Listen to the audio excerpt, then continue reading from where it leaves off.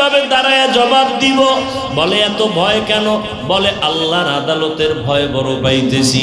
বলে জান্নাতের টিকিট আপনার হাতে রেডি, এরপরও কেন ভয়? বলেন ইয়া রাসূলুল্লাহ, আপনিই তো বয়ান করেছেন হাসরের ময়দান যেদিন কায়েম হবে, এই জমিন হবে কিয়ামতের মাঠ, আরাফার ময়দান সৌদি আরব হবে আল্লাহর এই স্টেজ, অথবা অনেকে বলছে সিরিয়ার জমিন। আল্লাহ যখন কিয়ামতের কায়েমের ঘোষণা দিবেন, সূর্যটা নিচে চলে আসবে, জমিন সব সমতল, মানুষগুলো ইসরাফিলের সিংহায় ল্যাংটা সব নারী পুরুষরা যার যার কবর থেকে দাঁড়াবে, দাঁড়ায় সব আল্লাহর আদালতে হাজির হয়ে যাবে। আল্লাহ বলবে সূর্য নিচে নেমে আয়, তোর যত মুখ উপরে আছে নিচে কর, যত তাপ আছে ছেড়ে দে। সূর্যের তাপে এই মাটির জমিনটা তামা হয়ে যাবে। অন্যদিকে জাহান্নামের আওয়াজ এত বিকট আওয়াজ যে আওয়াজে হাসরের ময়দানটা থরথর করে কাঁপতে থাকবে। আবু বকর বলেন ইয়া রাসূলুল্লাহ, আপনিই বয়ান করেছেন এত ভয়ঙ্কর হবে হাসরের মাঠ। আল্লাহ নিজেও রাগ করে আওয়াজ দিবেন, লিমানিল মুলকুল ইয়াউম লিল্লাহিল ওয়াহিদিল কাহ্হার। এমন কঠিন অবস্থা হবে, নারী পুরুষ সব উলঙ্গ, মাথার মগজগুলো ভাতের মারের মতো ঘুরতে থাকবে। জাহান্নামের আওয়াজে সবাই পাগলের মতো হবে। নবীরা পর্যন্ত যাদের গুনাহ নাই তারাও কান্নায় বেকারার হয়ে যাবেন। আদম নবী কাঁদবেন নিজের চিন্তা, উপায় কি হবে। মুসা নবী কাঁদবেন আমার উপায় কি হবে। ঈসা নবী কান্না করবেন আমার উপায় কি হবে। এমন এক পরিস্থিতির মধ্যে নবীরা যদি কান্না করেন, আমি আবু বকরকে যদি আল্লাহ ডাক দেয়, আবু বকর আমার জান্নাত পাওয়ার জন্য কি নিয়ে আসছো, এমন কি আমল?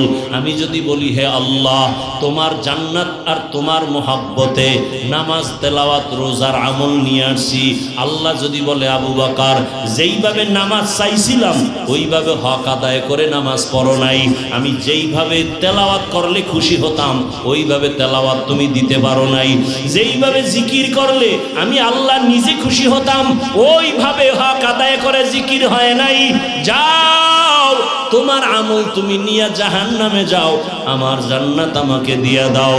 ওর দয়ার নবী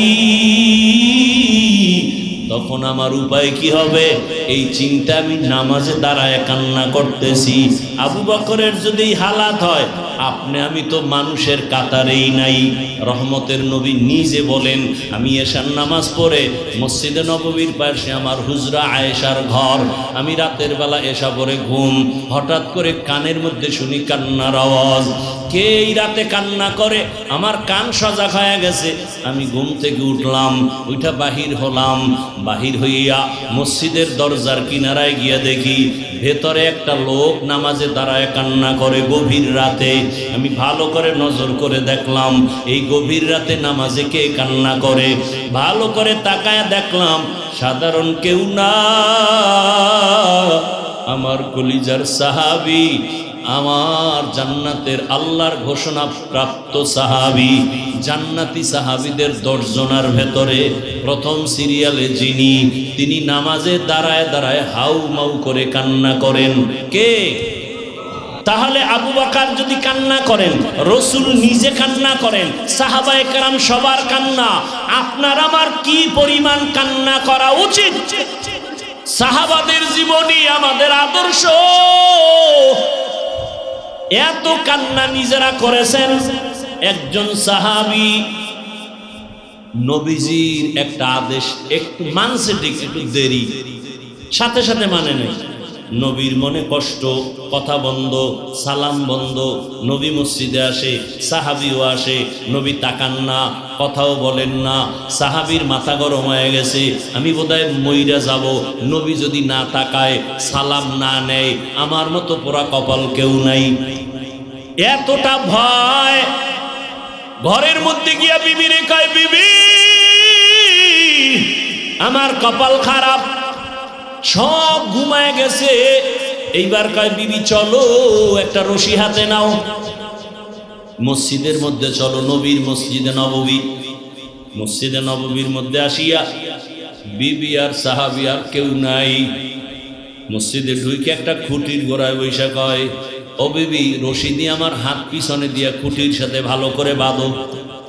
পিছনে বাঁধো, এমন বাধা বাঁধবা যে আমার এই রশির বান কাউকে খুলতে দেয়া হবে না। আমার রসুল আমার উপরে বেজার, আমার খানা খেয়ে লাভ নাই, বেঁচে থেকে আমার সার্থকতা নাই। বিবি তুমি আমাকে ভালো করে বেঁধে ঘরে যাও, আসবা না। আমি এখানে বসে আমার মাওলার কাছে এমন কাঁদাই যে কাঁদবো, যতদিন পর্যন্ত আল্লাহ আয়াত দিয়া নবীকে বলবেন না আমারে মাফ করছেন, ততক্ষণ কান্না বন্ধ করব না। সাহাবী কুটির গোড়ায় রশি দিয়া বাঁধা, কান্না বন্ধ নাই। নামাজ পড়ে ইশারা ইঙ্গিতে কান্না চলছে, এমন কান্না নবী তাকান না, কথাও বলেন না। নবী নামাজ পড়ায় চলে যান, অন্যদের সাথে কথা চলে, সাহাবীর সাথে কথা নাই। এমন কান্না কাঁদতেছে, রাতে এমন পরিমাণ কান্না। অনেক দিন পর আল্লাহ পাক আয়াত দিয়া ওই সাহাবীর নামে ঘোষণা দিলেন, ওকে মাফ করে দিলাম। নবী এবার আসছে হাসি মুখে, ও সাহাবী আয়াত চলে আসছে, জিব্রাইল আসছে, আল্লাহ তোমার তওবা কবুল করে ফেলেছেন, তোমারে আল্লাহ মাফ করেছেন, তুমি এবার বিদায় নাও, মনের কষ্ট দূর করো। সাহাবী কাঁদেন আর বলেন, ইয়া রাসূলুল্লাহ আমার রশির বান আপনি না খুললে আমি কাউকে খুলতে দিব না। আপনি যদি আমার উপরে খুশি মনে আমার রশির বানটা খুলিয়া দেন, আমি মনে করব আল্লাহ আমার উপরে খুশি হয়েছে। রহমতের নবী নিজ হাতে বান খুলে দিলেন। আমি একবারও বলি না কওমি মাদ্রাসায় যাও, তাবলিগে না গেলে তুমি জাহান্নামী, পীরের কাছে না গেলে তুমি জাহান্নামী।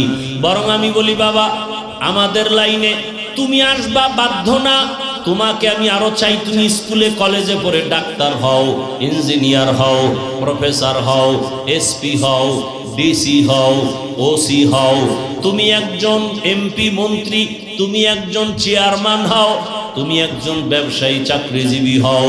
তবে আমার বিদায় বেলা একটা দাবি, বেয়াদব হইও না রে বাবা। তুমি ডাক্তার হয়ে যদি বেয়াদব হও, তাসলিমা নাসরিনের মতো জুতা খেয়ে দেশ থেকে পালিয়ে যেতে হবে। মরণের পরও লাশটা জন্মভূমিতে আসবে না। ডাক্তার হও বেয়াদব হইও না, ইঞ্জিনিয়ার হও বেয়াদব হইও না, তুমি একজন জনপ্রতিনিধি হও বেয়াদব হইও না। বলবা হাফিজ ভাই বেয়াদব হব না, কথার ব্যাখ্যা কি? ভালো করে শুনো রে বাবা, 3 জায়গায় বেয়াদবি করবা না। আল্লাহর কসম যদি বেয়াদবি করো মরার আগে তোর ধ্বংস শুরু হয়ে যাবে। 1 নাম্বার জায়গা মা বাবা, 2য় জায়গা শিক্ষক, 3 নাম্বার জায়গা উলামায়ে কেরাম। এই 3 জায়গায় বেয়াদবি করলে মা বাবায় যদি কষ্ট পায় নিঃশ্বাস ফেলেই দেয়, খোদার কসম মরার আগে ধ্বংস শুরু। যদি শিক্ষক তোমার ব্যবহারে কষ্ট পেয়ে নিঃশ্বাস ছাড়ে, ধ্বংস শুরু। আলেম ওলামা যদি তোমার ব্যবহারে কষ্ট পাইয়া নিঃশ্বাস ছেড়ে দেয়, খোদার কসম ধ্বংস মরার আগে শুরু। অনুরোধ করে বলছি, তোমার মতো কত যুবক আছে জেনারেল লাইনে পড়ে, জীবনে মাদ্রাসায় যায় নাই, অথচ স্কুলে পড়িয়াও নামাজ ছাড়ে না, কলেজে পড়িয়াও নামাজ ছাড়ে না। মিথ্যা বলছি? তোমার কপালে কারো বরদোয়া লাগছেনি, না হয় তুমি পারো না কেন? মা বাবার বরদোয়া লাগাইছনি, না হয় তুমি নামাজ পড়ো না কেন? তোমার মতো যুবক র্যাব আর্মি পুলিশ বিডিআরের চাকরি করে নামাজ পড়ে, বলো তুমি পারো না কেন? তোমার মতো যুবক ডাক্তার, প্রফেসর, ইঞ্জিনিয়ার, এমপি, মন্ত্রী অভাব নাই, ব্যবসায়ী, চাকরিজীবী, এসপি, ডিসি 5 ওয়াক্ত নামাজ পড়ে নাই। অতএব তোমার হাতে পায়ে বিনয়ের সাথে অনুরোধ করে ধরে বলি, আর নামাজ ছাড়িও না। জীবনে মনের জাল মিটায় এত গুনাহ কম করো নাই। মনে শখ লাগছে নামাজ পড়বা না, পড়ো নাই। মনে শখ আসছে দাড়ি কাটবা, কেটেছো। মনে শখ লাগছে পার্কে যাবা, দৌড়ায় গেছো।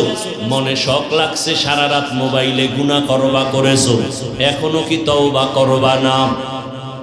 ও পর্দার আড়ালের মা বোনেরা, আপনার মতো কত মা কত বোন এই এলাকায় এখনো আছে, পর্দা করে নামাজ পড়ে নাই। মোবাইলে সময় নষ্ট করে না, স্বামীর মাল হেফাজত করে। আম্মা জানেরা, বোনেরা, আপনারা কেন নামাজ পড়তে পারেন না? কয়দিন আর মার্কেটে ঘুরিয়া নিজের ইজ্জত নষ্ট করবেন? একটা সন্তানকে আদর্শ ডাক্তার বানায় যান, আদর্শ ইঞ্জিনিয়ার বানায় যান, আরে আদর্শ কোরআন পড়নেওয়ালা বানায় যান।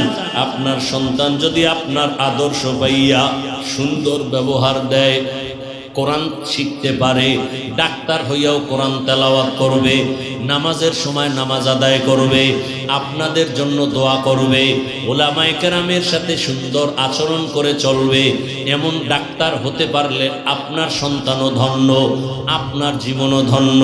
এরে আম্মা জানেরা, কয়দিন আর দুনিয়ায় বাঁচবেন? এমন একটা দিন নেই গাড়ির নিচে, পানির নিচে যুবকের লাশ দেখা যায় না, ঘুমের বিছানায় লাশ। কোন দিন মরণ হবে জানা নাই, এখনো সময় আছে, তওবা করেন। মনেরে বুঝান রে মন, জীবনে কত স্বাধীনভাবে চলছি আর গুনাহ করেছি। আজকে থেকে তৈরি হয়ে গেলাম, আমার মতো নারী যদি নামাজি থাকে আমি কেন পারবো না? আমার মতো নারী যদি স্বামীর খেদমত করে আমি কেন পারবো না? আমার মতো নারী যদি মোবাইল না চালায় আমি কেন পারবো না? আমি একটা ভালো সন্তানের মা হইয়া কবরে যাই, পারলে আলেমের মা হইয়া যাই, পারলে হাফেজে কোরআনের মা হইয়া যাই। যদি জেনারেল লাইনেও সন্তান থাকে, অন্তত আদর্শওয়ালা সন্তানের মা হইয়া কবরে যাই, আপনার জীবন ধন্য। যুবক বাবারা, এখনো সময় আছে, মনটাকে বুঝাইয়া তওবা করো। আল্লাহকে বলো, হে আল্লাহ, আমার মতো যুবক জেনারেল লাইনে থাকিয়া 5 ওয়াক্ত নামাজ পড়ে যদি চাকরি করে, ব্যবসা করে, আমি জীবনে তো গুনাহ কম করি নাই, আজকে থেকে তওবা করতে চাই। হে আল্লাহ, আপনি আমাকে এই মাহফিলের ময়দানে নিয়ে আসছেন, আমি তওবা করি, আর নামাজ ছাড়বো না, দাড়ি কাটবো না, বেপরদায় চলবো না, মা বাবার সাথে বেয়াদবি করবো না, শিক্ষকের সাথে বেয়াদবি করবো না, ওলামায়ে কেরামের দোয়া পরামর্শ নিয়া নবীজির সুন্নত অনুযায়ী জীবন চালাবো। হাদিসে পাকে রহমতের নবী বলেন, খায়রুকুম মান তাআল্লামাল কুরআনা ওয়া আল্লামাহ। জমিনে তাদের থেকে দামি কেউ নাই যারা কোরআন নিজেও শিখে অন্যদেরও শিক্ষা প্রদান করে। ডাইরেক্ট কোরআন শিখানো একটা, এটাও যেমন শ্রেষ্ঠ, আর একটা শিক্ষা হলো কোরআন বুঝার জন্য, ব্যাখ্যা শিখার জন্য আরো অনেক ইলম শিখি আমরা, এটাও শ্রেষ্ঠ মজলিসের অন্তর্ভুক্ত। ইভেন এই যে আমরা এখানে বসছি, এখানেও কোরআন হাদিসের শিক্ষা দেওয়া হচ্ছে, ক্লাস করানো হচ্ছে, এটাও ওই শ্রেষ্ঠ মজলিসের অন্তর্ভুক্ত। এজন্যই তো নবী বলেন, এখানে বসা মাত্র জীবনের সকলের সবার সব গুনাহ মাফ। শুধু কি তাই, যতক্ষণে প্যান্ডেল মজলিস ভরা, অনবরত এখানে আল্লাহর রহমত অবতীর্ণ হতে থাকবে। রহমতের নবী বলেন, ঘর থেকে যখন আপনারা বের হয়েছেন, প্রত্যেকের সাথে 70,000 ফেরেশতার একটা কাফেলা আল্লাহ দিয়ে দিয়েছেন। ওই ফেরেশতারা প্রত্যেকের সাথে আছে, আপনার মাগফিরাতের দোয়া করতেছেন। এখানে বসে ইসলামের একটা মাসআলা শিখবেন, 100 রাকাত নফল নামাজের সওয়াব পেয়ে যাবেন। অনেকগুলো ইসলামের বিধিবিধান মাসআলা শিখতে পারলে 1000 রাকাত নফল নামাজের সওয়াব পেয়ে যাবেন। আতিনা ফি দারে দুনিয়া না হাসান, আতিনা ফি দারে উকবা না হাসান, ইয়া গিয়াসাল মুস্তাগীসিন ইহদিনা লিফতিখারা বিল উলুমে ওয়াল গিনা। হর গড়ি দে নেকো তু তৈয়ার হ্যায়, जो न मांगे उससे तू बेजार है।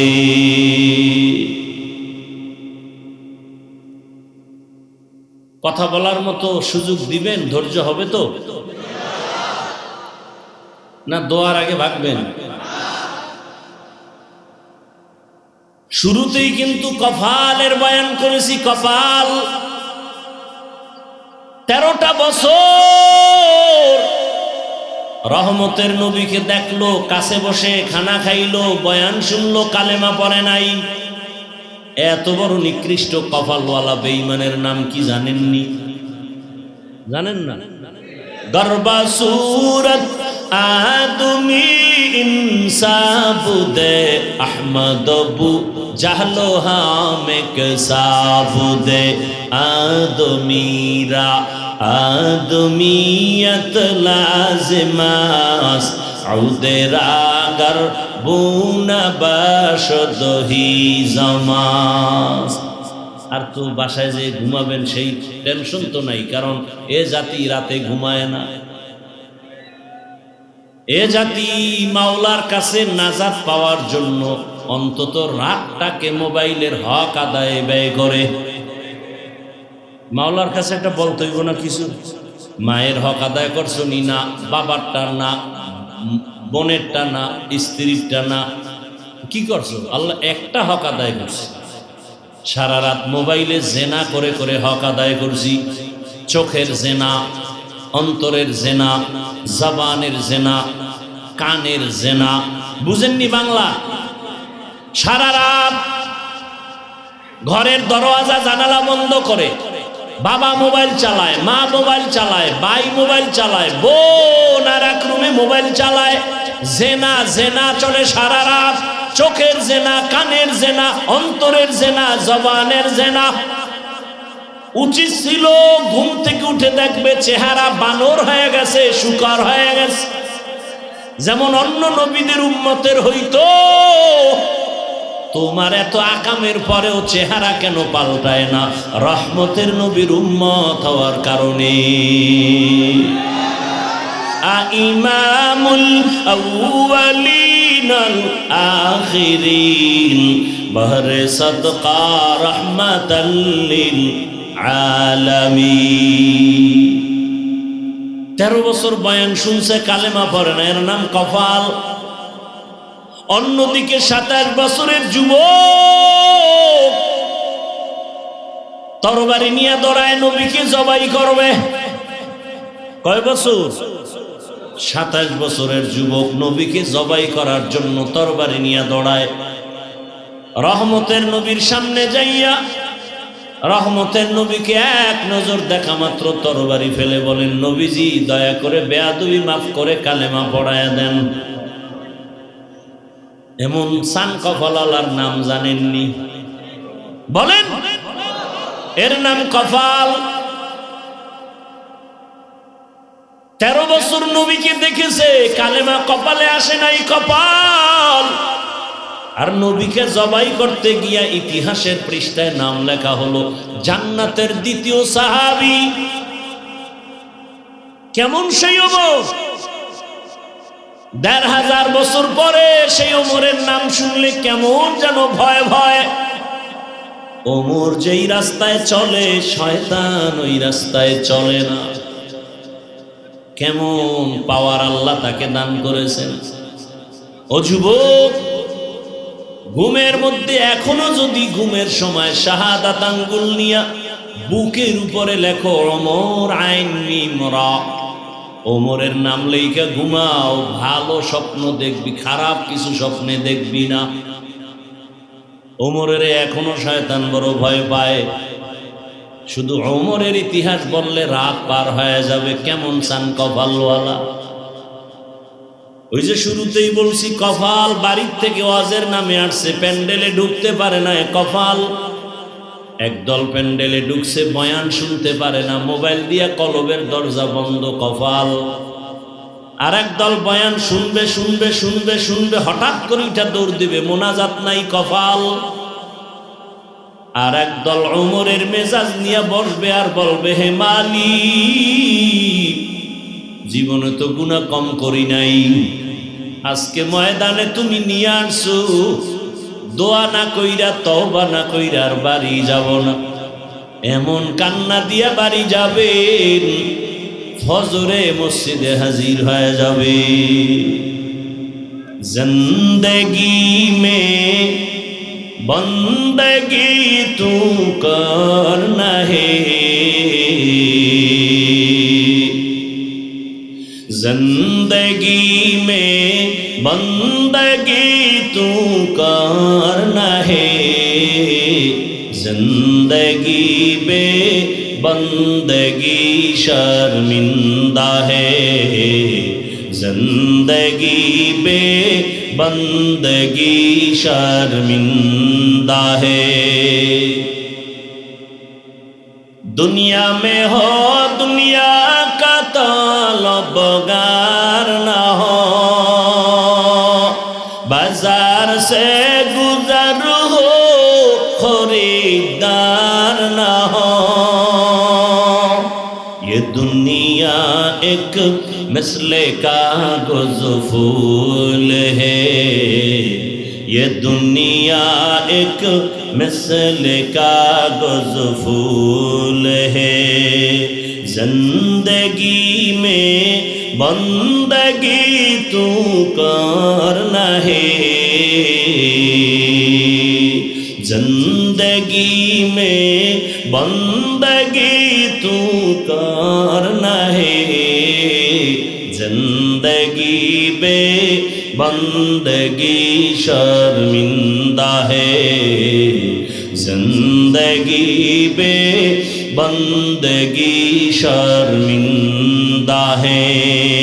जिंदगी में बंदगी कुन बंदगी, बंदगी बे जिंदगी शर्मिंदगी। भाइरा আমার,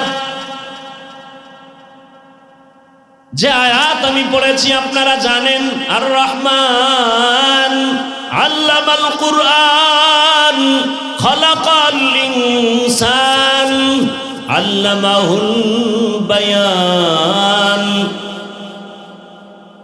আয়াতের তরজমা শেষ, ব্যাখ্যায় ঢোকার আগে সামান্য একটু সময় নিচ্ছি, ভূমিকায় দু চারটি কথা শোনেন। জমিনে আল্লাহ মানুষ বানাইয়া, আল্লাহ মানুষকে বানাবার আগেই শ্রেষ্ঠ মর্যাদা দিয়েছেন, সিদ্ধান্ত ফাইনাল। জমিনে আল্লাহ পাঠাবার আগে এই মানুষের শ্রেষ্ঠত্ব ধরে রাখার জন্য আল্লাহ ব্যবস্থা দিয়েছেন দুইটা। এক ব্যবস্থার নাম রিজালুল্লাহ, আর এক ব্যবস্থার নাম কিতাবুল্লাহ। ব্যক্তি আর কিতাব, এই দুইটা ব্যবস্থা যারা গ্রহণ করে ধরে রেখে চলবে তারা দুনিয়ায় বাদশা, পরকালেও বাদশা। ব্যক্তিও মানতে হবে, কিতাবও মানতে হবে। ব্যক্তিদের মধ্যে শ্রেষ্ঠ ব্যক্তি রহমাতুল লিল আলামিন। আল্লাহর দেওয়ার যত কিতাব আছে শ্রেষ্ঠ কিতাব হলো কুরআনুল কারীম। রহমতের নবী জমিনে আসছেন, আল্লাহ শ্রেষ্ঠ ব্যক্তি পাঠাইছেন, কিন্তু শ্রেষ্ঠ কিতাব এখনো দেন নাই। দীর্ঘ 40টা বছর রহমতের নবীর জীবনের বয়স অতিবাহিত হওয়ার পর আল্লাহ তাআলা শ্রেষ্ঠ কিতাব নাজিলের সূচনা করলেন। ইকরা বিসমি রাব্বিকাল্লাযী খালাক, খালাকাল ইনসানা মিন আলাক, ইকরা ওয়া রাব্বুকাল আকরাম, আল্লাযী আল্লামা বিল কলম, আল্লামাল ইনসানা মা লাম ইয়ালাম। মাত্র 5 আয়াত নিয়ে জিবরাইল আসছে, প্রথম কোরআনের সূচনা। তাও নবীর 40 বছরের পর প্রশ্ন প্রত্যেকটা পয়েন্টে। আল্লাহ তাআলা আমার নবীকে মক্কা নগরীতে পাঠাইলেন, যেই মক্কার মানুষ ছিল চরিত্রহীন, লম্পট। এত বড় খারাপ জায়গায় আল্লাহর পেয়ারা নবী, সৃষ্টির শ্রেষ্ঠ রহমতের নবীকে এত নাপাক মানুষের সমাজে পাঠালেন কেন? প্রশ্ন। বাইতুল্লাহর মতো এমন একটা ঘর, যে ঘরের দিয়ে তাকাইয়া থাকলেই সওয়াব সওয়াব সওয়াব। আপনাদের বেলকুচি থানার মধ্যে সুন্দর মসজিদ আছে না নাই? তাকায় থাকলে কোনো সওয়াবের গ্যারান্টি আছে? বাইতুল্লাহ এমন একটা ঘর ইন্না আউয়ালা বাইতিন উযিআ লিন-নাস লাল্লাযী বিবাক্কাতা মুবারাকান ওয়া হুদা মুবারাকান ওয়া হুদাল লিল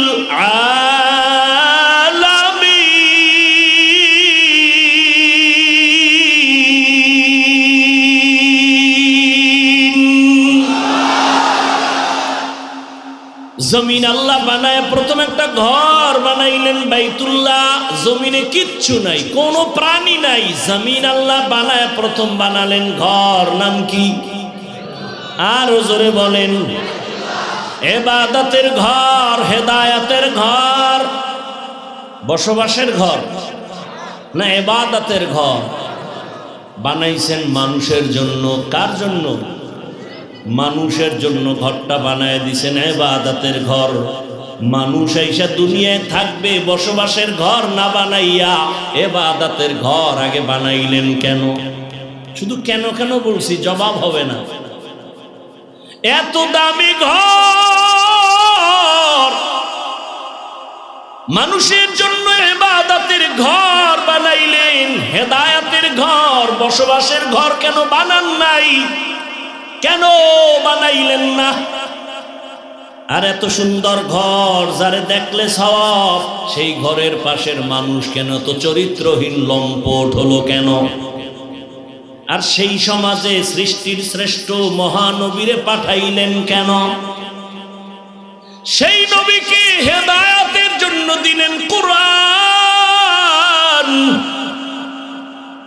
শাহরু রমাদানাল্লাযী উনজিলা ফীহিল কুরআন হুদাল লিন-নাস ওয়া বায়্যিনাতিম মিনাল হুদা ওয়াল ফুরকান। মানুষের হেদায়েতের জন্য কোরআন দিলেন 40 বছর পরে। কেন বুঝেননি? কথা কয় বছর পর? নবী কি অবুঝ? 40 বছর পর্যন্ত অবুঝ, তো পরে দিলেন কেন? দিলেন দিলেন দিলেন দিলেন মক্কার মতো জায়গায় না দিয়া হেরা পাহাড়ে ঢুকাইয়া দিলেন কেন? কেন বুঝেননি? কেন ভালো করে বুঝেন। আবার হেরা পাহাড়ের মধ্যে আমার রাসূল বাইতুল্লাহর দাম বেশি নাকি হেরা পাহাড়ের দাম বেশি? হেরা পাহাড়ের। 40টা বছর বেশিরভাগ সময় নবী বাইতুল্লাহ থেকে দূরে গিয়া হেরা পাহাড়ের গুহায় সময় কাটাচ্ছেন। যেই বাইতুল্লাহ পৃথিবীর প্রথম ঘর, হেদায়েতের ঘর, যেই বাইতুল্লাহ দেখলে সওয়াব, সেই বাইতুল্লাহ ছাড়িয়া নবী হেরা পাহাড়ে সময় কাটালেন কেন? সেই হেরা পাহাড়ের মধ্যে আমার আল্লাহ জিবরাইলের পাঠাইলেন, নবীরে কোরআন দিবেন। আল্লাহ কয়, নবী আপনি জিহ্বা নাড়ায় কষ্ট করবেন না। লা তুহাররিক বিহি লিসানাকা লিতাজালা বিহি ইন্না আলাইনা জামআহু ওয়া কুরআনা। আমি কোরআন আপনার সিনায় জমা করে দিব, আপনার কষ্ট করা লাগবে না। সেই নবীকে জিবরাইলের দিয়া সিনার সাথে সিনা লাগায়া জোরে জোরে চাপ দিয়া নবীর জ্বর উঠাইলেন কেন? কয় চাপ? শুনেন নাই কোনদিন? কয় চাপ? 3 চাপ। এমন জোরে শেষ চাপ, নবীর জ্বর। বুখারী শরীফের ইবারাত, নবী বলেন আমার উপরে মরণের কষ্ট শুরু। চাপ দিবেন কেন? চাপ দিবেন কেন? আল্লাহ নিজে কয় আমি সিনায় জমা করে দিব। চাপ দিবেন কেন? দিছেন দিছেন 3 বার দিছেন কেন? দিছেন দিছেন জোরে দিলেন কেন? নবীরে অসুস্থ বানাইলেন কেন? কারণ আছে না নাই? ইলমেরা এজাজ করদন বেহিসাব খলকেরা দাদন জওয়াবে বাসওয়াব হক না দারত দোস্তে খলকা জারেরা নিস্তে ই খসলত একে দিনদারেরা। কেন কেন মনে রাখবেন, হুজুরদের থেকে জবাব শুনে নেবেন। এই কেনর জবাব দিতে আমার 4.5 ঘন্টা লাগছে। কুয়াকাটা আমার বাড়ির এক বয়ান, খালি কেন কেন কেন, এরপরে জবাব শুরু। ভাইরা আমার, আল্লাহ নবীকে কোরআন দিলেন 40 বছরের পর। নবী বসে নাই, দাওয়াত শুরু হয়ে গেল। এতদিন নামাজের কথা নাই, রোজার কথা নাই, তেলাওয়াত নাই, যাকাতের কথা নাই, কোরআন আসছে, দাওয়াত শুরু। নবী ঘুরেন আর বলেন, কুলু লা ইলাহা ইল্লাল্লাহ তুফলিহুন, মান ক্বালা লা ইলাহা ইল্লাল্লাহ দাখালাল জান্নাহ। এক আল্লাহর ইবাদত করো। কয় আল্লাহ? এক আল্লাহর ইবাদত করো।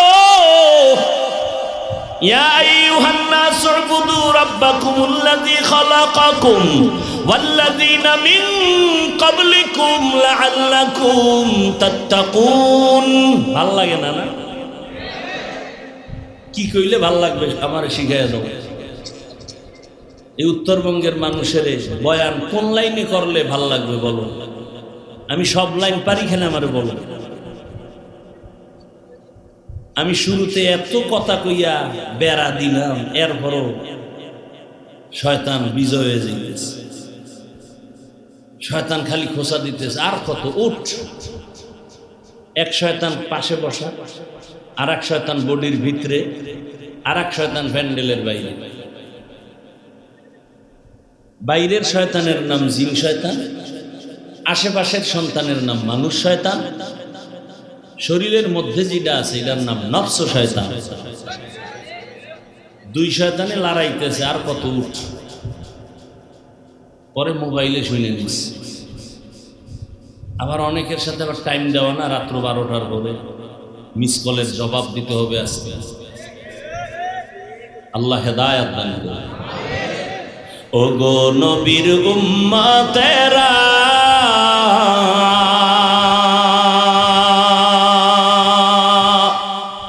হয়ে আজি দিশাহারা,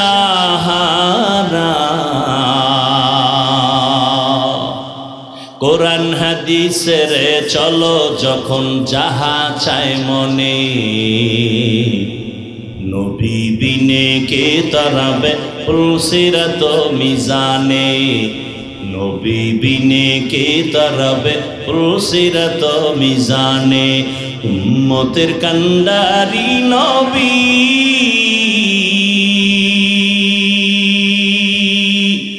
কাঁদেছেন উম্মতের লাগি, এখনো কাঁদেন নবীজি শুয়ে মদিনার পানে, নবী বিনে কে তারাবে পুলসিরাত মিজানে, নবী বিনে কে তারাবে পুলসিরাত মিজানে। বাসায় গিয়ে ঘুমাবে না কোন? এত পারাপারি করেন, এখানতে বেরোইলেই গুনাহ শুরু। এখান থেকে বের হলেই আজকে ফজর পড়ে নাই, আশিকের রাসূল টাক্কা আশিকের রাসূল বয়ে রয়েছে। ফজর পড়ে নাই, জোহর পড়ে নাই, আসর পড়ে নাই, মাগরিব। আজকে ফজর পড়বে কিনা তারও কোনো খবর। সব তাজা আশিকের রাসূল।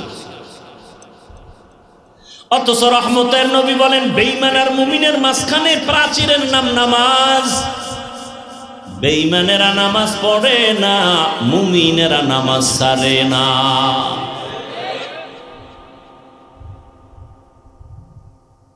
একটু শুনে যান, মানুষ কাকে বলে? মানুষ হতে পারি নাই। বক্তা হওয়া সহজ, মানুষ হওয়া বড় কঠিন। আবু জাহাল নবীরে চিনে জানে, খানা খায় দেখে, কালেমা পড়ে না কেন? মানুষ হতে পারে নাই। মানুষ হওয়া বড় কঠিন।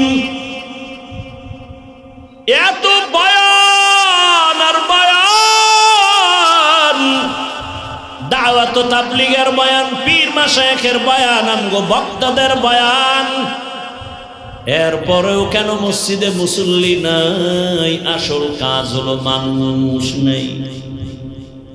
সব একটাই মেহনত।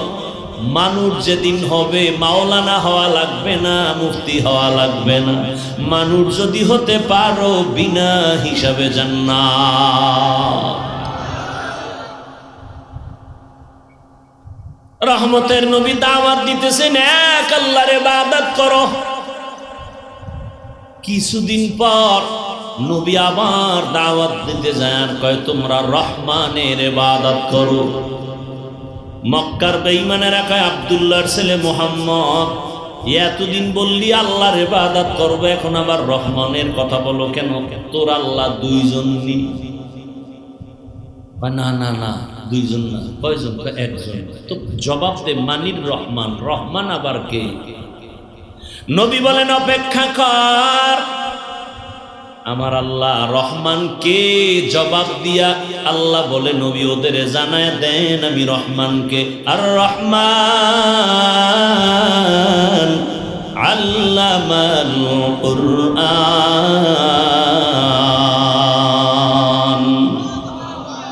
রহমান হলেন তিনি, কোরআন শিক্ষা দিলেন যিনি, খালাকাল ইনসান মানুষ সৃষ্টি করলেন যিনি। এইবার মূল কথা খেয়াল করেন, আল্লাহ বলেন রহমান হলেন তিনি, কোরআন শিখাইলেন যিনি, মানুষ বানাইলেন যিনি, তিনি হলেন রহমান। খেয়াল করছেন কি? খেয়াল করছেন? আল্লাহ আগে কোরআন শিখাইছেন, তারপরে মানুষ বানাইছেন। বাস্তবে দেখি পুরা উল্টা। আমাদের সৃষ্টি আগে, শিক্ষা হলো পরে। দুনিয়াতে আসছি, বড় হয়েছি, তারপরে আলিফ বাতা কোরআন শিখছি। আল্লাহ কয় না না না, আমি আগে কোরআন শিখাইছি, তারপরে মানুষ সৃষ্টি করেছি। আর রহমান আল্লামাল কুরআন খালাকাল ইনসান। আল্লাহ মানুষ আগে সৃষ্টি করেন নাই, আগে কোরআন শিখাইছেন, এরপরে মানুষ সৃষ্টি করেছেন। আল্লাহ যতই বলেন, আমরা বাস্তবে তো দেখি যেটা চোখের সামনে। আমরা আগে কোরআন শিখি নাই, আমরা আগে জন্ম নিয়ে বড় হয়ে তারপরে কোরআন শিখছি। ও আল্লাহ গো, আপনি কেন উল্টা বললেন আমাদের সামনে? মুফাসসিরিনে কেরাম জবাব দেয়, ফি'লুল হাকিম লা ইয়াখলু আনিল হিকমা। হাকিমের কোনো কাজ হিকমত থেকে খালি না, জ্ঞানীদের কোনো কাজ জ্ঞান থেকে শূন্য না। আল্লাহ কেন বললেন? এর কারণ আল্লাহর আদালতে সব মানুষের কোনো দাম নাই, সব মানুষ জান্নাত পাবে না। বলে কোন মানুষ পাবে, কোন মানুষ পাবে না? জমিনে একদল মানুষ হলো বংশগত মানুষ, আর একদল মানুষ হলো জন্মগত মানুষ, আর একদল মানুষ হলো গুণের মানুষ। কয় দল হইল? জন্মগত মানুষ জান্নাত পাবে না, বংশগত মানুষের শুধু এই পরিচয় জান্নাত পাবে না, একমাত্র গুণের মানুষ পাবে জান্নাত। বংশগত মানুষ মানে আদম নবীর বংশে যারা আসছে। আদম নবীর বংশে তো হিন্দুরাও আসছে, বৌদ্ধরাও আসছে, সব নাকি হিন্দুরা অন্য নবীর? সব আদম নবীর বংশে। এই পরিচয় যদি জান্নাত পায়, বিধর্মীরাও জান্নাত পাবে? পাবে? পাবে না। অতএব বংশগত মানুষের পরিচয় জান্নাত হবে না। আমার আব্বা জানের ঔরসে আমার জন্ম, আমার আব্বা জান জন্মগত আমার বাবা, আমি তার জন্মসূত্রে সন্তান, এই পরিচয়ে জান্নাত পাওয়া যাবে না। আমার বাবার জন্মে আমি মানুষ হইতে পারি না, আমি একটা মানুষের সুরত ধারণ করে আসছি। আল্লাহ কয় আমার কাছে একমাত্র গুণের মানুষ জান্নাত পাবে। এবার গুণের মানুষ কাকে বলে শুনবেন তো, নাকি না অধৈর্য হয়ে যাইতেছেন? গুণের মানুষ কাকে বলে শুনেন, ভালো একটা মূলনীতি মনে রাখবেন আজীবন। কোন বস্তু যদি বানায়, বানানেওয়ালা কোনো কাজের জন্য বানায় নাকি এমনি? কাজের জন্য বানায়। ভালো করে মনে রাখবেন এই মূলনীতি, উসুল। কোন বস্তু বানানেওয়ালা যেই কাজের জন্য বানাবে, ওই কাজ হলো ওই বস্তুটার গুণ, ওই কাজ। যেমন আমার সামনে মাউথ আছে, কথা বলি, মেশিনে আমার কথা টান দিয়া হর্ন থেকে কথাগুলো ইউনিটের মাধ্যমে বের করতেছে। এক কথায় এই মাউথ, এই মেশিন, এই মাইক বানাইলো কেন? বলে আওয়াজ দেওয়ার জন্য। তাহলে মাইকের কাজ কি আওয়াজ না দেওয়া না দেওয়া? তাহলে এই বস্তুটা বানাইছে আওয়াজ দেওয়ার জন্য। এই মাইকের গুণ হলো আওয়াজ দেওয়া। বাতিওয়ালা বাতি বানানো কেন বানাইলো? অন্ধকার করার জন্য। কি কাজ? আলো দেওয়ার জন্য। তো বাতির গুণ কি? আলো দেওয়া। ঘড়িওয়ালা ঘড়ি বানাইছে টাইম দেওয়ার জন্য, ঘড়ির গুণ টাইম দেওয়া। পাখাওয়ালা পাখা বানাইছে বাতাস দেওয়ার জন্য, পাখার গুণ বাতাস দেয়া। মাইকের গুণ আওয়াজ দেওয়া, বাতির গুণ আলো দেওয়া, পাখার গুণ বাতাস দেয়া। যদি মাইক আওয়াজ না দেয় সবাই বলবে এটাকে ফেলে দাও। কেন? বলে এটা গুণের মাইক না। বাতির গুণ আলো দেওয়া। বাতি যদি আলো না দেয় বলবে ভেঙে ফেল, এটা গুণের বাতি না। পাখা যদি বাতাস না দেয় বলে ফেলে দাও, এটা গুণের পাখা না। এতটুকু কথা বুঝছেননি? যেই বস্তু যেই কাজের জন্য বানানো হয় ওই কাজ হলো বস্তুটার গুণ। ভালো করে বুঝো। মাইকের গুণ আওয়াজ দেওয়া, বাতির গুণ আলো দেওয়া, পাখার গুণ বাতাস দেয়া। এবার আপনারা একটু বলবেন জানা থাকলে, আমাদের মতো মানুষ আল্লাহ কোন কাজের জন্য বানাইছেন? বিড়ি টানার জন্য। ওয়ামা খালাকুতুল জিন্না ওয়াল ইনসা ইল্লা লিয়াবুদুন। মা খালাকুতুল জিন্না ওয়াল ইনসি বাখা জুজ ইবাদাত নিস্তে মাকসুদ আজ্জাহা। মানুষের কাজ হলো ইবাদত। মানুষের কাজ কি? তাহলে মানুষের গুণ কি? এক কথা একটু একটা শব্দ ঘুরে গেছে, মনে হয় আসমান মাথায় ঘুরে গেছে। মানুষের কাজ ইবাদত। তা যেই বস্তু যেই কাজের জন্য বানায় ওই কাজ ওই বস্তুটার গুণ। আমাদের বানাইছেন ইবাদতের কাজের জন্য, আমাদের ইবাদত করাটাই গুণ। ইবাদত করলে আমি গুণের মানুষ। মাইক আওয়াজ দিলে গুণের মাইক, বাতি ঠিকমতো আলো দিলে গুণের বাতি, পাখা যদি ঠিকমতো বাতাস দেয় গুণের পাখা, মানুষ যদি ঠিকমতো ইবাদত করে গুণের মানুষ।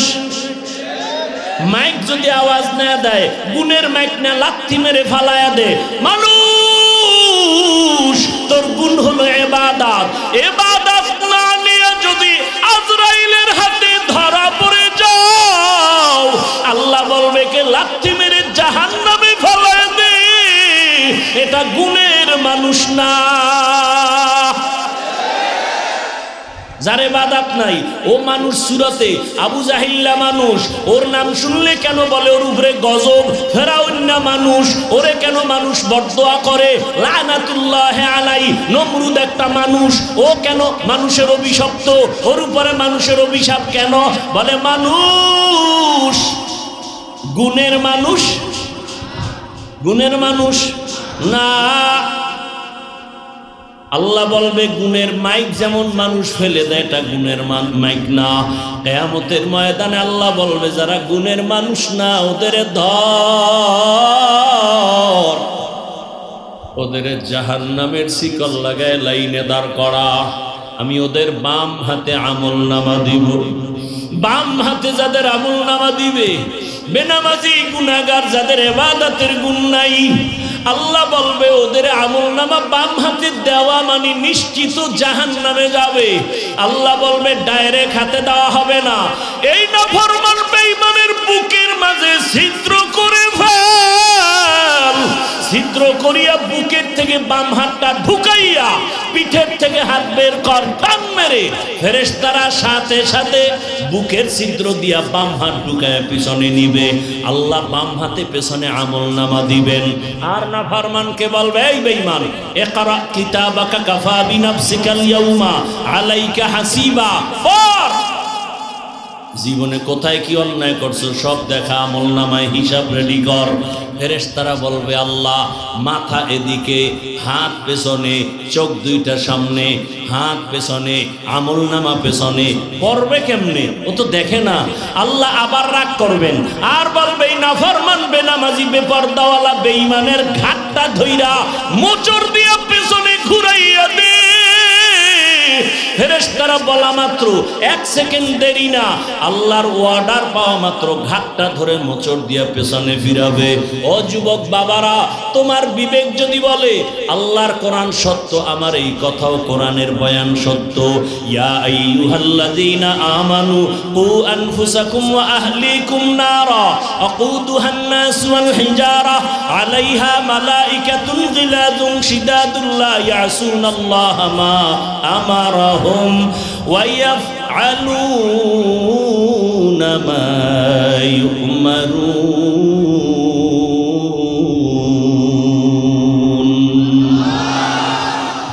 ফেরেশতাকে আল্লাহ যা বলবেন তাই।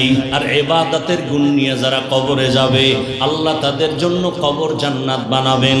হাসরের ময়দানে আল্লাহ অর্ডার করবে, এই নাজাত পানেওয়ালা নেক আমলওয়ালারা, তোমরা যারা ইবাদতের গুণ নিয়ে আসছো তোমরা খবরদার সূর্যের গরম সহ্য করতে পারবা না। আমি আল্লাহর কুদরতের ডান পাশে আরশে আজিম, ওখানে গিয়ে তোমরা অপেক্ষা করো। ইয়া আইয়াতুহান নাফসুল মুতমাইন্নাহ ইরজিই ইলা রাব্বিকি রাদিয়াতাম মারদিয়াহ ফাদখুলি ফি ইবাদি ওয়াদখুলি জান্নাতি। আগে জান্নাত না, আগে আমার মোহাব্বতের বান্দাদের কাফেলায় ঢোক, এরপরে হলো জান্নাত। ও আমার বাবারা, মানুষের গুণ হলো ইবাদত। আর ইবাদত কোন সিস্টেমে করব? মন গড়া করলে হবে না, ইবাদতের নিয়ম জানা লাগবে, নিয়ম জানতে হবে। ইবাদতের নিয়ম জানতে হলে কোরআন লাগবে, কোরআন বুঝতে হলে হাদিস লাগবে। তুমি পড়তে পারো না, আলেম লাগবে। আলেম থেকে কোরআন হাদিস যাই না, ইবাদতের নিয়ম শিখা। ইবাদত করলে তুমি গুণের মানুষ, আর গুণের মানুষের জন্য বিনা হিসাবে জান্নাত। তাহলে কি প্রমাণ হলো? আল্লাহ এই কথা বুঝাবার জন্য বলে, আমি আগে মানুষ বানাই নাই, আগে কোরআন শিখাইছি, তারপরে মানুষ বানাইছি।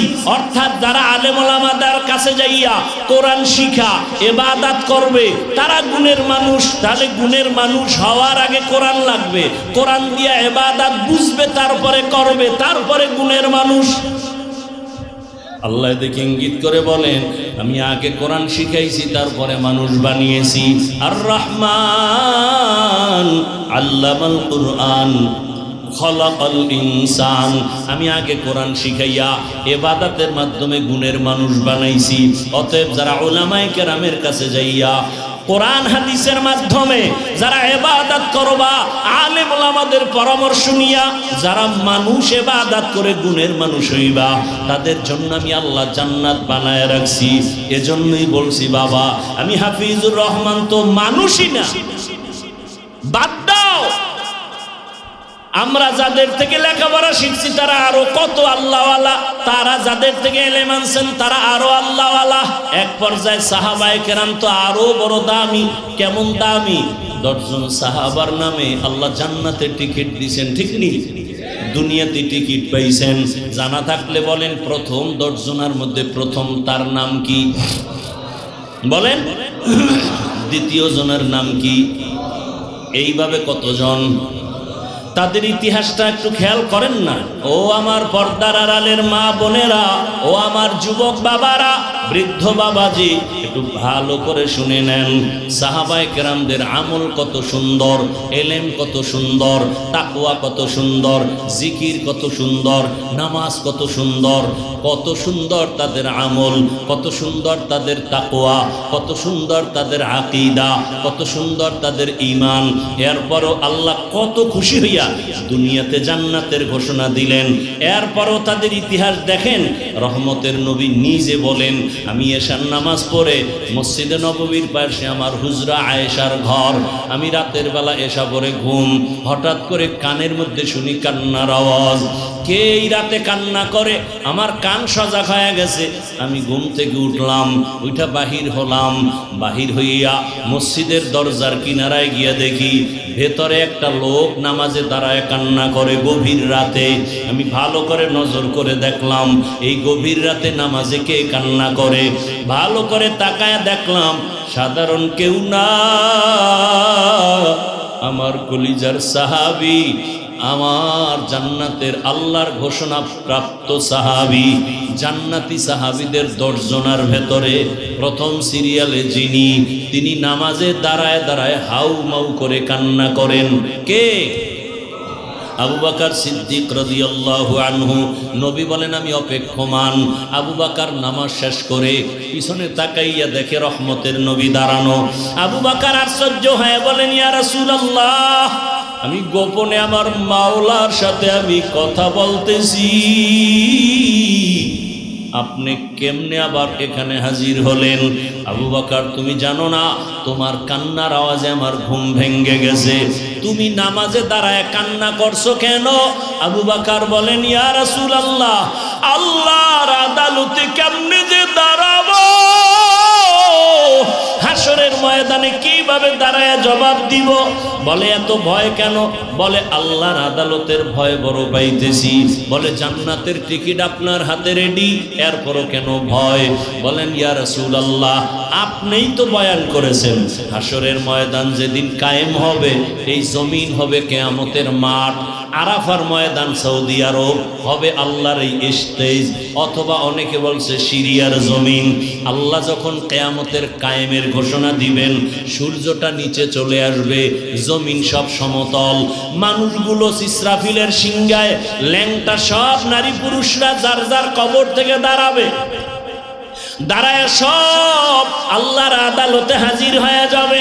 আল্লাহ বলবে, সূর্য নিচে নেমে আয়, তোর যত মুখ উপরে আছে নিচে কর, যত তাপ আছে ছেড়ে দে। সূর্যের তাপে এই মাটির জমিনটা তামা হয়ে যাবে। অন্যদিকে জাহান্নামের আওয়াজ এত বিকট আওয়াজ যে আওয়াজে হাসরের ময়দানটা থরথর করে কাঁপতে থাকবে। আবু বকর বলেন, ইয়া রাসূলুল্লাহ, আপনিই বয়ান করেছেন এত ভয়ঙ্কর হবে হাসরের মাঠ। আল্লাহ নিজেও রাগ করে আওয়াজ দিবেন, লিমানিল মুলকুল ইয়াউম লিল্লাহিল ওয়াহিদিল কাহ্হার। এমন কঠিন অবস্থা হবে, নারী পুরুষ সব উলঙ্গ, মাথার মগজগুলো ভাতের মারের মতো ঘুরতে থাকবে। জাহান্নামের আওয়াজে সবাই পাগলের মতো হবে। নবীরা পর্যন্ত যাদের গুনাহ নাই তারাও কান্নায় বেকারার হয়ে যাবেন। আদম নবী কাঁদবেন নিজের চিন্তা, উপায় কি হবে? মুসা নবী কাঁদবেন, আমার উপায় কি হবে? ঈসা নবী কান্না করবেন, আমার উপায় কি হবে? এমন এক পরিস্থিতির মধ্যে নবীরা যদি কান্না করেন, আমি আবু বকরকে যদি আল্লাহ ডাক দেয়, আবু বকর, আমার জান্নাত পাওয়ার জন্য কি নিয়ে আসছো, এমন কি আমল? আমি যদি বলি, হে আল্লাহ, তোমার জান্নাত আর তোমার মোহাব্বতে নামাজ তেলাওয়াত রোজার আমল নিয়ে আসছি, আল্লাহ যদি বলে, আবু বকর, যেইভাবে নামাজ চাইছিলাম ওইভাবে হক আদায় করে নামাজ পড়ো নাই, আমি যেইভাবে তেলাওয়াত করলে খুশি হতাম ওইভাবে তেলাওয়াত তুমি দিতে পারো নাই, যেইভাবে জিকির করলে আমি আল্লাহ নিজে খুশি হতাম ওইভাবে হক আদায় করে জিকির হয় নাই, যাও তোমার আমল তুমি নিয়ে জাহান্নামে যাও, আমার জান্নাত আমাকে দিয়া দাও। ওর দয়ার নবী, তখন আমার উপায় কি হবে? এই চিন্তা আমি নামাজে দাঁড়ায় কান্না করতেছি। আবু বকরের যদি হালাত হয়, আপনি আমি তো মানুষের কাতারেই নাই, নামাজ নাই, রোজা নাই।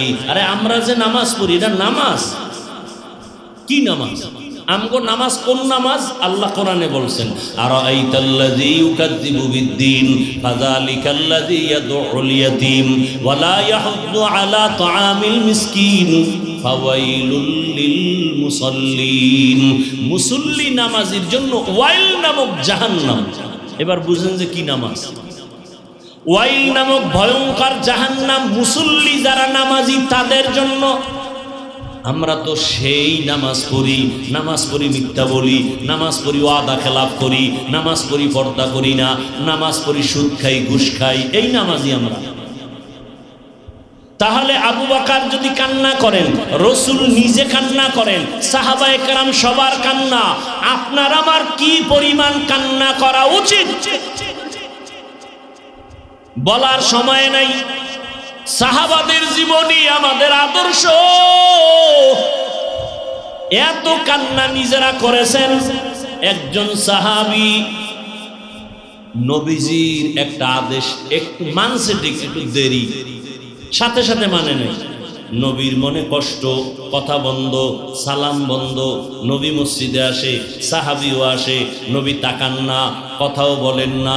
সাহাবীর মাথা গরম হয়ে গেছে, আমি বোধহয় মইরা যাব, নবী যদি না তাকায়, সালাম না নেয়, আমার মতো পোড়া কপাল কেউ নাই। এতটা ভয়, ঘরের মধ্যে গিয়া বিবিরে কয়, বিবি আমার কপাল খারাপ, সব ঘুমায় গেছে। এইবার কয়, বিবি চলো একটা রশি হাতে নাও, মসজিদের মধ্যে চলো। নবীর মসজিদে নববীর মধ্যে আসিয়া বিবি আর সাহাবী আর কেউ নাই।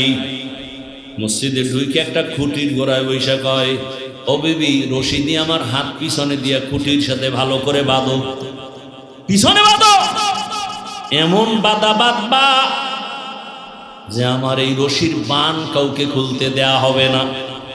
আমার রাসূল আমার উপরে বেজার, আমার খানা খেয়ে লাভ নাই, বেঁচে থেকে আমার সার্থকতা নাই।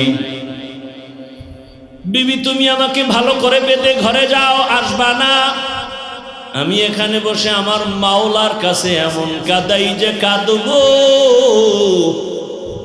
যতদিন পর্যন্ত আল্লাহ আয়াত দিয়া নবীকে বলবেন না আমারে মাফ করছেন, ততক্ষণ কান্না বন্ধ করব না। সাহাবী কুটির গোড়ায় রশি দিয়া বাঁধা, কান্না বন্ধ নাই। নামাজ পড়ে ইশারা ইঙ্গিতে কান্না চলছে, এমন কান্না, নবী তাকান না, কথাও বলেন না। নবী নামাজ পড়ায় চলে যান, অন্যদের সাথে কথা চলে, সাহাবীর সাথে কথা নাই। এমন কান্না কাঁদতেছে, রাতে এমন পরিমাণ কান্না। অনেক দিন পর আল্লাহ পাক আয়াত দিয়া ওই সাহাবীর নামে ঘোষণা দিলেন, ওকে মাফ করে দিলাম। নবী এবার আসছে হাসি মুখে, ও সাহাবী, আয়াত চলে আসছে, জিব্রাইল আসছে, আল্লাহ তোমার তওবা কবুল করে ফেলেছেন, তোমারে আল্লাহ মাফ করেছেন, তুমি এবার বিদায় নাও, মনের কষ্ট দূর করো। সাহাবী কাঁদেন আর বলেন, ইয়া রাসূলুল্লাহ, আমার রশির বান আপনি না খুললে আমি কাউকে খুলতে দিব না। আপনি যদি আমার উপরে খুশি মনে আমার রশির বানটা খুলিয়া দেন, আমি মনে করব আল্লাহ আমার উপরে খুশি হয়েছে। রহমতের নবী নিজ হাতে বান খুলে দিলেন। আজও মদিনায় যাও। আমি কয়েকদিন আগে মদিনার নববীতে গেলাম, রিয়াজুল জান্নায় আমাদের বাংলাদেশিরা ওখানে ডিউটি করে, 10 মিনিটের বেশি টাইম দেয় না, পুলিশ সরায়া দেয়। ওরা বলল, হুজুর আপনি মোহাব্বতে এক কোনায় বইয়া ইবাদত করেন, আপনাকে পুলিশ কিছু বলবে না, আমরা বলে দিচ্ছি। পুলিশ আইসা আমার পাশ দিয়া যায়, আমি বসি এক খুঁটির গোড়ায় বসি, উপরে তাকায় দেখি খুঁটির গোড়ায় নাম লেখা সতুনে উস্তুনে হান্নানা। সুযোগ পেলে ওখানে গিয়া 2 রাকাত নামাজ। আবার আর একটা খুঁটির উপরে লেখা সতুনে আয়েশা, আম্মা জান আয়েশা বেশি বেশি খুঁটির গোড়ায় বসে বসে আল্লাহর ইবাদত করতেন, ইতিকাফ করতেন। আবার ওই যে সাহাবী কান্না করেছেন তওবার খুঁটি, ওই খুঁটির গোড়ায় এখন উপরে লেখা সতুনে তওবা, ওটা তওবার খুঁটি এখনো লেখা, আরবিতে লেখা। ওই সাহাবীর তওবা কবুল হয়েছে। ওখানে গিয়া সিজদায় পড়ে কাঁদলাম, কারণ পুলিশেরা মোনাজাতে কান্না ওরা পছন্দ করে না, মনে করে বোধহয় এটা বলে বেদাতি, ওরা মোনাজাত দিয়ে কান্নাটারে ভালোবাসে না। সিজদায় গিয়া মনের মতো কাঁদলাম। ও আমার এলাকার মা বোনেরা, ও আমার যুবক বাবারা, ও আমার বৃদ্ধ বাবাজিরা, এতক্ষণ যে এত কষ্ট করে চিল্লাইয়া বয়ান শুনাইছি, একবারও কিন্তু আমি আপনাদের বলি নাই আমার মতো দাড়ি টুপি লাগায় বুজুর্গ হয়ে হাতে তসবিহ নেন, বরং আমি আমার যুবক বাবাদের বলি, ও আমার কলিজার যুবক বাবারা, আমি একবারও বলি না কওমি মাদ্রাসায় যাও, তাবলিগে না গেলে তুমি জাহান্নামী, পীরের কাছে না গেলে তুমি জাহান্নামী। বরং আমি বলি বাবা আমাদের লাইনে তুমি আসবা বাধ্য না, তোমাকে আমি আরো চাই তুমি স্কুলে কলেজে পড়ে ডাক্তার হও, ইঞ্জিনিয়ার হও, প্রফেসর হও, এসপি হও, ডিসি হও, ওসি হও, তুমি একজন এমপি মন্ত্রী, তুমি একজন চেয়ারম্যান হও, তুমি একজন ব্যবসায়ী চাকরিজীবী হও। তবে আমার বিদায় বেলা একটা দাবি, বেয়াদব হইও না রে বাবা। তুমি ডাক্তার হয়ে যদি বেয়াদব হও, তাসলিমা নাসরিনের মতো জুতা খেয়ে দেশ থেকে পালিয়ে যেতে হবে, মরণের পরও লাশটা জন্মভূমিতে আসবে না। ডাক্তার হও বেয়াদব হইও না, ইঞ্জিনিয়ার হও বেয়াদব হইও না, তুমি একজন জনপ্রতিনিধি হও বেয়াদব হইও না। বলবা হাফিজ ভাই বেয়াদব হব না, কথার ব্যাখ্যা কি? ভালো করে শুনো রে বাবা, 3 জায়গায় বেয়াদবি করবা না। আল্লাহর কসম যদি বেয়াদবি করো মরার আগে তোর ধ্বংস শুরু হয়ে যাবে। 1 নাম্বার জায়গা মা বাবা, 2য় জায়গা শিক্ষক, 3 নাম্বার জায়গা উলামায়ে কেরাম। এই 3 জায়গায় বেয়াদবি করলে মা বাবায় যদি কষ্ট পায় নিঃশ্বাস ফেলেই দেয়, খোদার কসম মরার আগে ধ্বংস শুরু। যদি শিক্ষক তোমার ব্যবহারে কষ্ট পেয়ে নিঃশ্বাস ছাড়ে, ধ্বংস শুরু। আলেম ওলামা যদি তোমার ব্যবহারে কষ্ট পাইয়া নিঃশ্বাস ছেড়ে দেয়, খোদার কসম ধ্বংস মরার আগে শুরু। অনুরোধ করে বলছি, তোমার মতো কত যুবক আছে জেনারেল লাইনে পড়ে, জীবনে মাদ্রাসায় যায় নাই, অথচ স্কুলে পড়িয়াও নামাজ ছাড়ে না, কলেজে পড়িয়াও নামাজ ছাড়ে না। মিথ্যা বলছি? তোমার কপালে কারো বরদোয়া লাগছেনি, না হয় তুমি পারো না কেন? মা বাবার বরদোয়া লাগাইছনি, না হয় তুমি নামাজ পড়ো না কেন? তোমার মতো যুবক র্যাব আর্মি পুলিশ বিডিআরের চাকরি করে নামাজ পড়ে, বলো তুমি পারো না কেন? তোমার মতো যুবক ডাক্তার, প্রফেসর, ইঞ্জিনিয়ার, এমপি, মন্ত্রী অভাব নাই, ব্যবসায়ী, চাকরিজীবী, এসপি, ডিসি 5 ওয়াক্ত নামাজ পড়ে নাই? তোমার মতো যুবক রাস্তায় গাড়ি চালায়, নামাজ বাদ দেয় না, বলো তুমি কেন পারো না? তোমার মতো যুবক নদীর মধ্যে মাছ ধরে, নামাজ ছাড়ে না। তোমার মতো যুবক কৃষি কাজ করে, শ্রমিকের কাজ করে, নামাজ বাদ দেয় না, বলো তুমি কেন পারো না? তুমি কি মনে মনে ভাবছো হুজুরেরা মিথ্যা কয়? মনে মনে ভাবছো কোরআন মিথ্যা? একটা প্রমাণ দে, এখন দাড়ি কেটে ফেলবে, দুনিয়ার সব কোরআন জ্বালায় দিবে যদি একটা ভুল বের করে দিবে। পারবা না, বরং তোমার বড়রাও অপচেষ্টা করে পারে নাই। অতএব তোমার হাতে পায়ে বিনয়ের সাথে অনুরোধ করে ধরে বলি, আর নামাজ ছাড়িও না। জীবনে মনের ঝাল মিটায় এত গুনাহ কম করো নাই। মনে শখ লাগছে নামাজ পড়বা না, পড়ো নাই। মনে শখ আসছে দাড়ি কাটবা, কেটেছো। মনে শখ লাগছে পার্কে যাবা, দৌড়ায় গেছো। মনে শখ লাগছে সারা রাত মোবাইলে গুনাহ করবা, করেছো। এখনো কি তওবা করবা না? ও পর্দার আড়ালের মা বোনেরা, আপনার মতো কত মা কত বোন এই এলাকায় এখনো আছে, পর্দা করে, নামাজ পড়ে নাই, মোবাইলে সময় নষ্ট করে না, স্বামীর মাল হেফাজত করে। আম্মা জানেরা, বোনেরা, আপনারা কেন নামাজ পড়তে পারেন না? কয়দিন আর মার্কেটে ঘুরিয়া নিজের ইজ্জত নষ্ট করবেন? একটা সন্তানকে আদর্শ ডাক্তার বানায় যান, আদর্শ ইঞ্জিনিয়ার বানায় যান, আরে আদর্শ কোরআন পড়নেওয়ালা বানায় যান। আপনার সন্তান যদি আপনার আদর্শ পাইয়া সুন্দর ব্যবহার দেয়, কোরআন শিখতে পারে, ডাক্তার হইয়াও কোরআন তেলাওয়াত করবে, নামাজের সময় নামাজ আদায় করবে, আপনাদের জন্য দোয়া করবে, ওলামায়ে কেরামের সাথে সুন্দর আচরণ করে চলবে, এমন ডাক্তার হতে পারলে আপনার সন্তানও ধন্য, আপনার জীবনও ধন্য। এরে আম্মা জানেরা, কয়দিন আর দুনিয়ায় বাঁচবেন? এমন একটা দিন নেই গাড়ির নিচে, পানির নিচে যুবকের লাশ দেখা যায় না, ঘুমের বিছানায় লাশ। কোন দিন মরণ হবে জানা নাই। এখনো সময় আছে, তওবা করেন। মনেরে বুঝান রে মন, জীবনে কত স্বাধীনভাবে চলছি আর গুনাহ করেছি, আজকে থেকে তৈরি হয়ে গেলাম। আমার মতো নারী যদি নামাজি থাকে আমি কেন পারবো না? আমার মতো নারী যদি স্বামীর খেদমত করে আমি কেন পারবো না? আমার মতো নারী যদি মোবাইল না চালায় আমি কেন পারবো না? আমি একটা ভালো সন্তানের মা হইয়া কবরে যাই, পারলে আলেমের মা হইয়া যাই, পারলে হাফেজে কোরআনের মা হইয়া যাই। যদি জেনারেল লাইনেও সন্তান থাকে অন্তত আদর্শওয়ালা সন্তানের মা হইয়া কবরে যাই, আপনার জীবন ধন্য। যুবক বাবারা, এখনো সময় আছে, মনটাকে বুঝাইয়া তওবা করো। আল্লাহকে বলো, হে আল্লাহ, আমার মতো যুবক জেনারেল লাইনে থাকিয়া 5 ওয়াক্ত নামাজ পড়ে যদি চাকরি করে, ব্যবসা করে, আমি জীবনে তো গুনাহ কম করি নাই, আজকে থেকে তওবা করতে চাই। হে আল্লাহ, আপনি আমাকে এই মাহফিলের ময়দানে নিয়ে আসছেন, আমি তওবা করি, আর নামাজ ছাড়বো না, দাড়ি কাটবো না, বেপরদায় চলবো না, মা বাবার সাথে বেয়াদবি করবো না, শিক্ষকের সাথে বেয়াদবি করবো না, ওলামায়ে কেরামের দোয়া পরামর্শ নিয়া নবীজির সুন্নত অনুযায়ী জীবন চালাবো।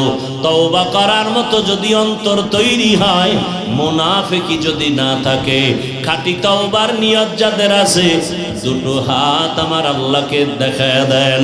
আয় আল্লাহ, হাতগুলো কবুল করে নেন। আয় আল্লাহ, আমাদের তওবা কবুল করে নেন। তওবার উপরে মজবুত হইয়া চলার তৌফিক দান করেন, আমিন।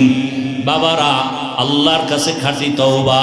আলেম হতে পারেন নাই, আলেমকে মহব্বত করবেন, সহযোগিতা করবেন। এই যে মাদ্রাসা, আজকে মাদ্রাসার কারণে এখানে বয়ান, এখানে আমরা আসছি, আরো ওলামায়ে কেরাম, মিজান সাহেব হুজুর কত দোয়া করলেন। এই মাদ্রাসার কারণে এলাকায় রহমত। মাঝে মাঝে দেখেন, আজানের 1 ঘন্টা আগে এসে দেখবেন, মাদ্রাসার বাইরে দাঁড়ায় শুনবেন বাচ্চাদের চোখের কান্নার আওয়াজ। ওরা তাহাজ্জুদে দাঁড়ায়, ছোট ছোট বাচ্চাগুলো বাসায় থাকলে সকাল 10টার আগে ঘুম থেকে উঠে না, আর এই মাদ্রাসার ছাত্রগুলো ছোট ছোট বাচ্চা হেফজোখানায় ভোর রাত 2টা ওযু বানাইয়া সিজদায় পড়ে কাঁদে আর দোয়া করে, আল্লাহ আমার মা বাবাকে মাফ করে দাও, আমারে তুমি ইলমের নূর দিয়া কবুল করো, এলাকায় শান্তি দাও। ও বাবা, আলেম হতে না পারলেও যারা কোরআন সিনায় নিয়ে চলে তাদের সহযোগিতা করিয়েন। কত গরিব গরিব ছাত্র আছে, সামনে শীত আসতেছে, একটা শীতের কম্বল কিনতে পারে না, একটা তোষক কিনতে পারে না। অনেক গরিবরা মাদ্রাসায় পড়ে, ওরে একটা মশারিও কিনতে পারে না। যদি আপনি জানেন, মাদ্রাসায় এসে হুজুরকে বলবেন, হুজুর একটা এতিম ছাত্র, গরিব ছাত্রকে আমি 1 সেট জামা কাপড় দিব, জীবন ভর ওই সন্তান আপনাকে ভুলবে না, দোয়া করবে। একটা মশারি কিনে দেন, 1 সেট কিতাব কিনে দেন, আপনি একটা লুঙ্গি কিনিয়ে দেন, আপনার সওয়াব হবে না গুনাহ? সওয়াব। আপনি আলেম না হইয়া ওই ছেলের সহযোগিতা করলে ও আলেম হইয়া যা পাবে, আল্লাহ আপনাকে সেই পরিমাণ সম্মান দিয়া হাসরের ময়দানে জান্নাতের ফয়সালা করবেন। রাজি আছেননি? সব সময় যেখানে থাকেন মাদ্রাসার খেদমত করবেন, আলেম ওলামার সহযোগিতা করবেন, দোয়া নিবেন। কি নিবেন? দোয়া। আল্লাহ সবাইকে কবুল করেন। আপনাদের দোয়া করার দরকার আছে না? গুনা টুনা জাগো না, এগো দোয়াও লাগে না, দোয়া করবেন। আমিও আপনাদের কাছে দোয়া চাই। আমি দোয়া চাইতে পারি না? পারি না। আমি এক মাদ্রাসার খেদমত করি ঢাকা। আপনারা অনেক সময় দেখছেন অনলাইনে 20 কোটি টাকার একটা জায়গা নিয়েছে। কত? 20 কোটি টাকার একটা জায়গা নিয়েছে। অনেক কষ্ট করে জীবনটাকে আপনাদের এই পর্যন্ত নিয়ে আসছে। অনেকে বলে, হাফিজ ভাই এত সাহস করলেন কিভাবে?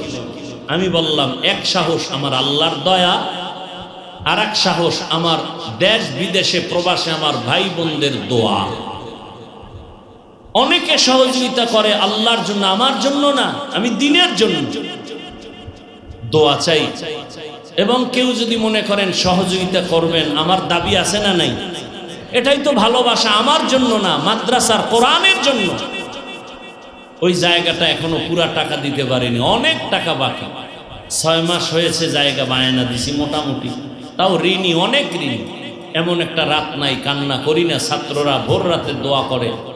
কেউ যদি মনে চায় যে কিছু দিবেন, আমার দাবি হলো যারা দিবেন আশা করেন, নগদ দিলে আমার হাতের থেকে একটা কার্ড নিয়ে যাবেন।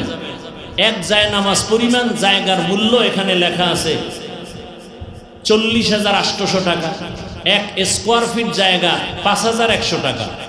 যারা এতটুকু দিতে পারবেন না, অন্তত 1,500 টাকা দিয়ে হলো এখানে বিকাশ নাম্বার, অ্যাকাউন্ট নাম্বার আছে, যদি মনে চায় যে হ্যাঁ পরে দিব, একটা হ্যান্ডবিল নিয়ে যাবেন, লিফলেট নিয়ে যাবেন মোনাজাতের পরে। আর নগদ যদি বলেন না আমি 5,100 টাকা দিয়ে একটা কার্ড নিব, আমার হাত থেকে কার্ড নিয়ে যাবেন 5,100 টাকা দিয়ে মাদ্রাসার জন্য।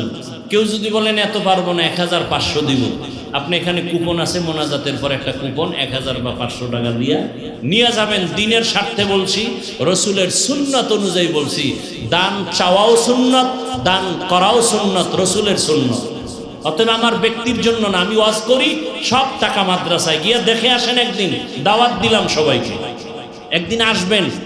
12 মাস প্রতিদিন দুপুরবেলা 30, 40, 50 জন মেহমান খাইতেছে 12 মাস।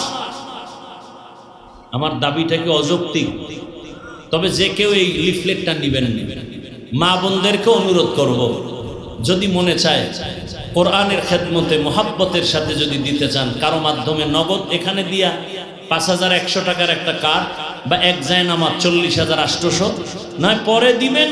অ্যাকাউন্ট নাম্বার, বিকাশ নাম্বারে যদি মনে করেন এখানে ডিটেল সব ঠিকানা লেখা আছে, একটা লিফলেট যারা দিবেন তারা নেবেন, অন্যরা নিয়ে খেয়ানত করবেন না। এটা মাদ্রাসার আমানত।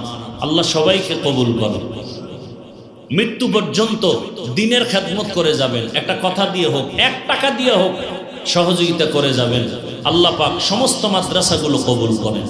ছাত্র, উস্তাদ, উলামায়ে কেরাম, এলাকাবাসী, মুরব্বী, মুহিব্বিন, মুতাআল্লিকিন, আল্লাহ সবাইকে কবুল করেন। আলহামদুলিল্লাহি রাব্বিল আলামিন, ওয়াসসালাতু ওয়াসসালামু আলা সাইয়্যিদিল আমবিয়াই ওয়াল মুরসালিন ওয়া আলা আলিহি ওয়া আসহাবিহি আজমাইন।